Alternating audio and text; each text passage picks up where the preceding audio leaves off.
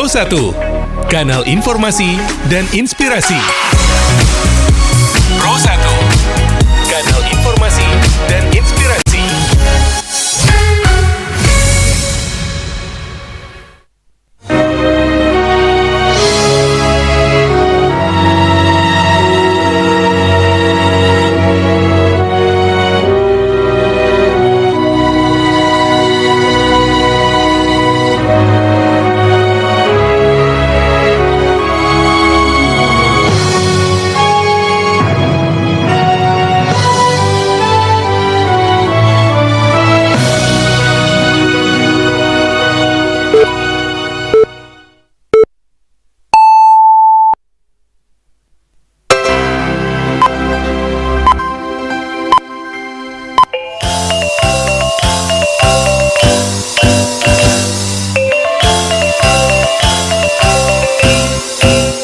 Selamat siang, Dunsana Pandangan kembali mengawali perjumpaan siang hariko dalam berita daerah Bahasa Minang.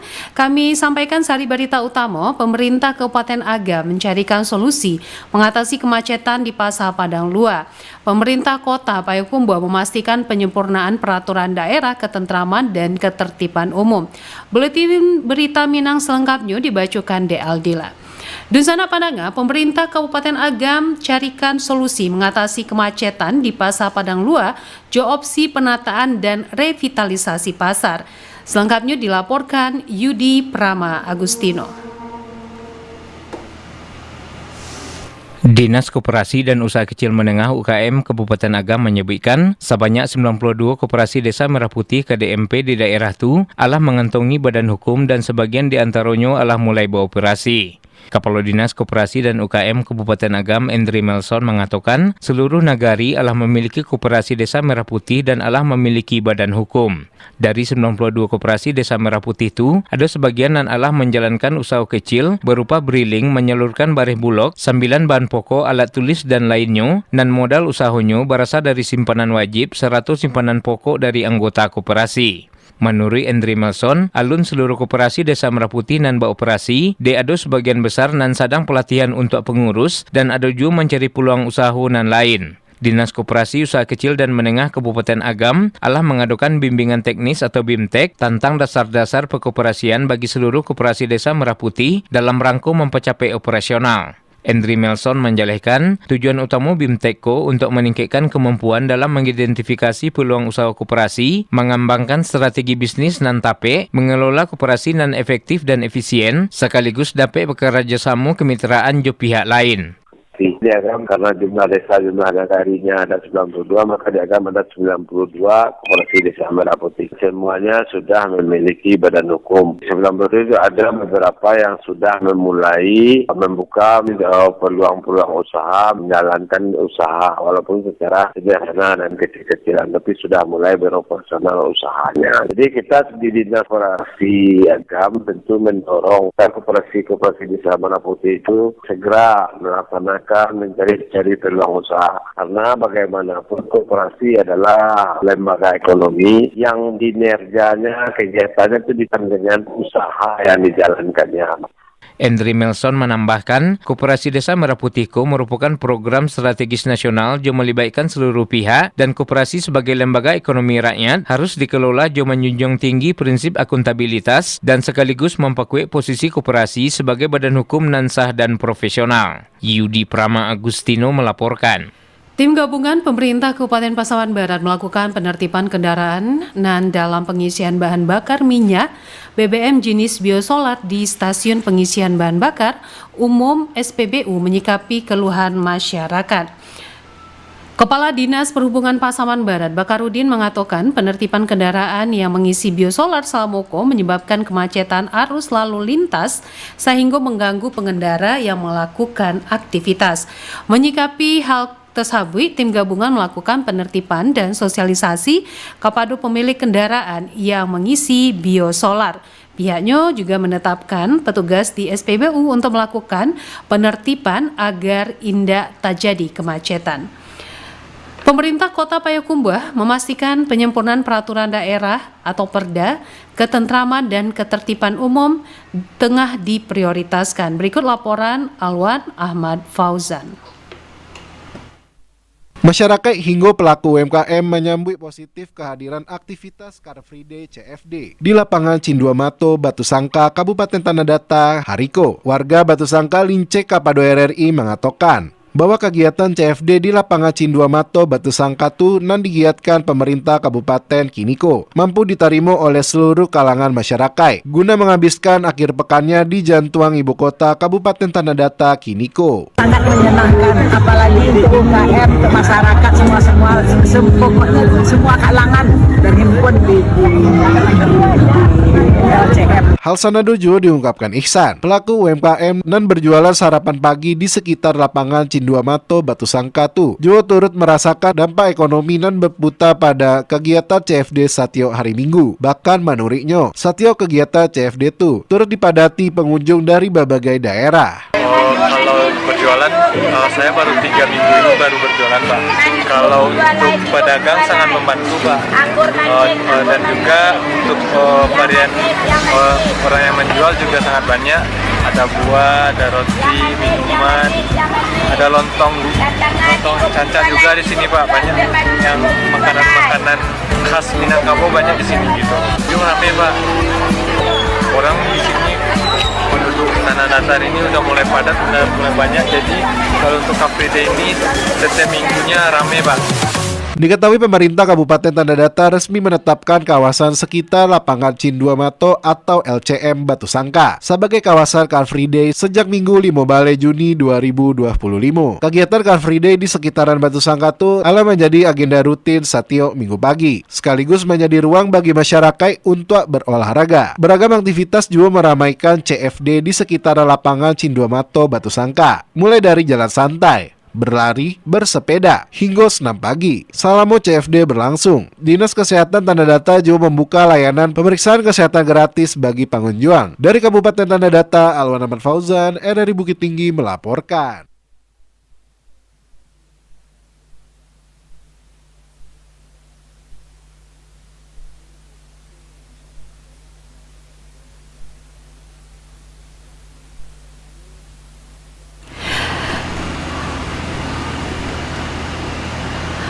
Juni lah ya. Dusana Pandanga, kepolisian mempunyai analisa evaluasi siap dikoreksi jika ditemui kesalahan di lapangan. Berikut laporan Joni Marbeta. Sentra IKM melalui pelatihan, pemasaran penguatan merek hingga pembinaan terhadap petani bahan baku agar Kepolisian Daerah Polda Sumatera Barat imbau kepada masyarakat untuk selalu menjaga keamanan ketertiban sekaligus menciptakan situasi kondusif di antaranya dilakukan melalui perkuat Kamtibmas lewat gerakan subuh berjamaah dalam upaya mempererat hubungan antara kepolisian dan masyarakat serta meningkatkan kesadaran akan pentingnya keamanan lingkungan. Direktur Pembinaan Masyarakat Ditbidmas Kepolisian Daerah Polda Sumatera Barat, Komisaris Besar Polisi Teddy Rayendra SIK MIK ketika ditemui RRI di Bukit Tinggi sampaian bahwa situasi keamanan kondusif tidak bisa dibebankan saja pada personel aparat kepolisian nan ado. Namun dukungan skala lini nan ado di ranah Minangko sangat berperan penting. Juo dirinya di kepolisian mempunyai analisa dan evaluasi ANEF siap dikoreksi jika ditemui kesalahan di lapangan ketika suatu waktu terjadi.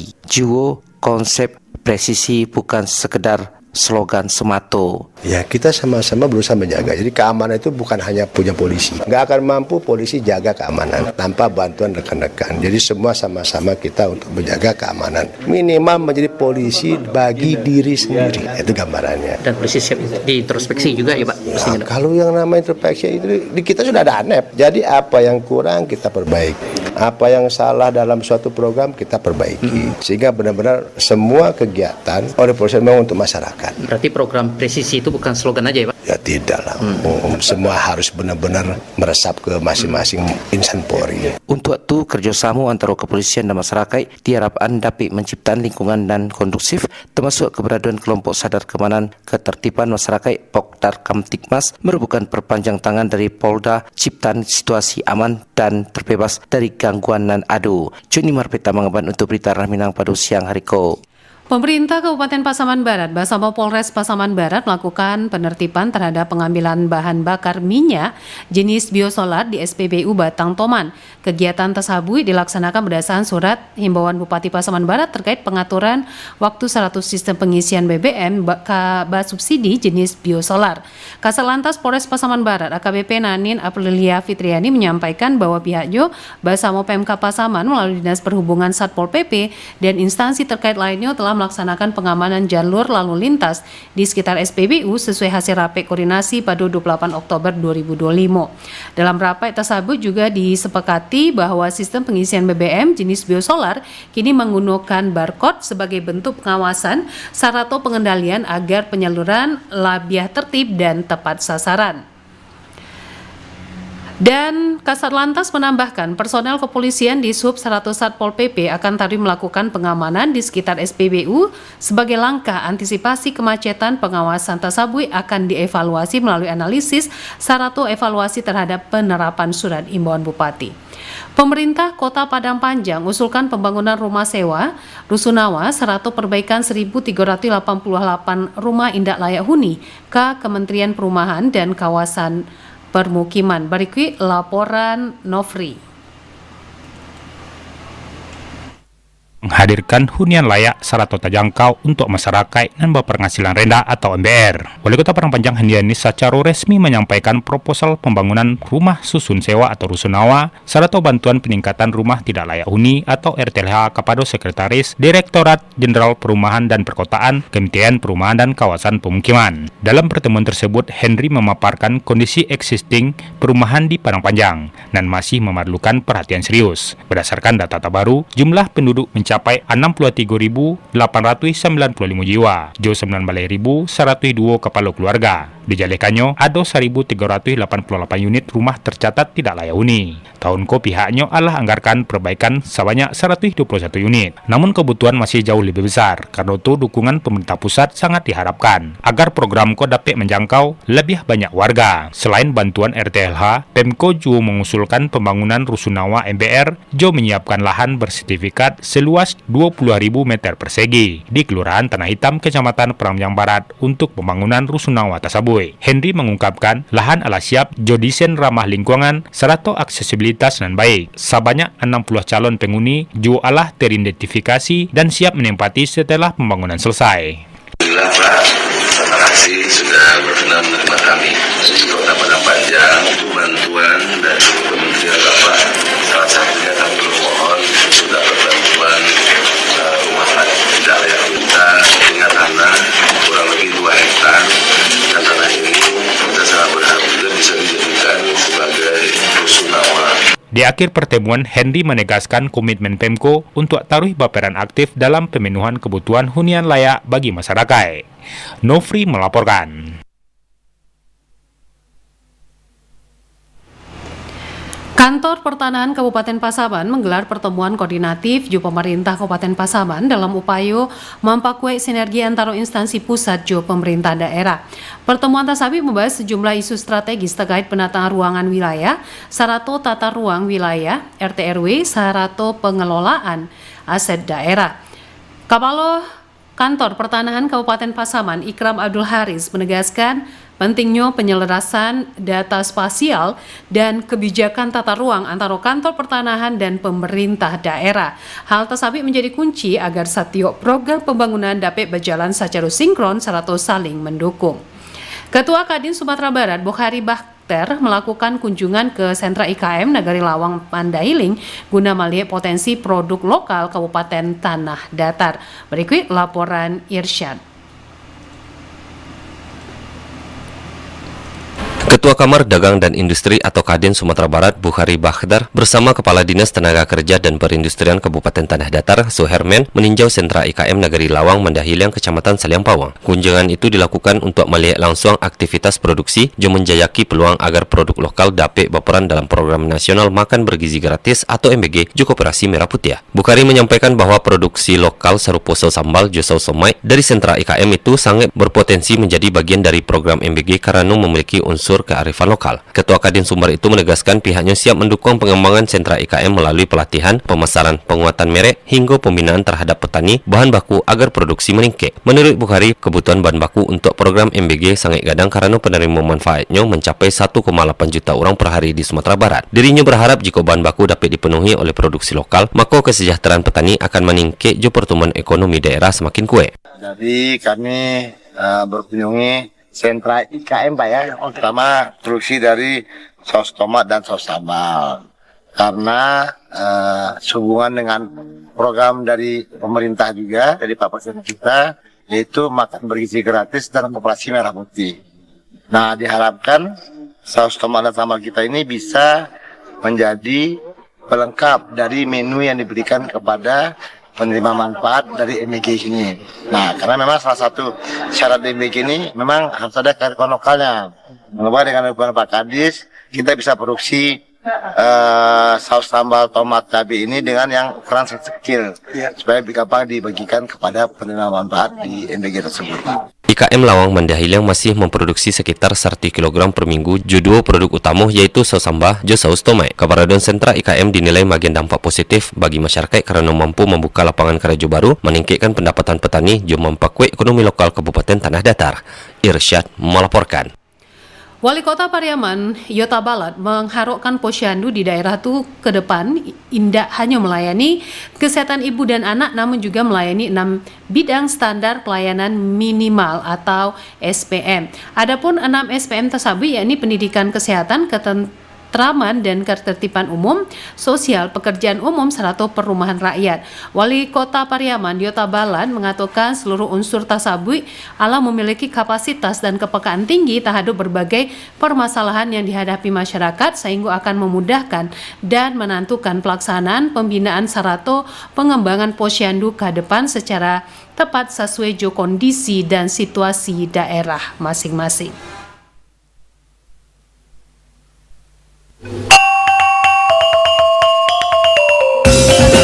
Sekian berita daerah dalam bahasa Minang untuk siang hari itu. Berita Minang selanjutnya dan daerah kami sampaikan besok pukul 6 waktu Indonesia Barat. Selamat siang.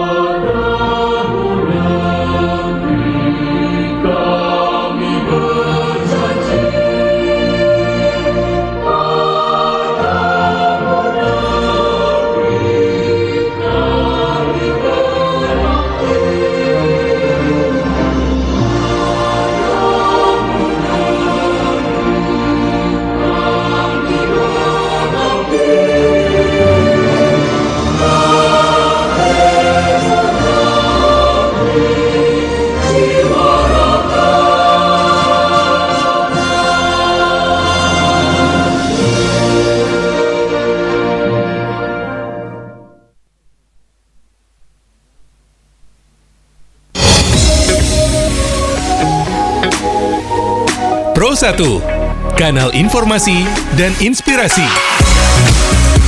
Pro 1.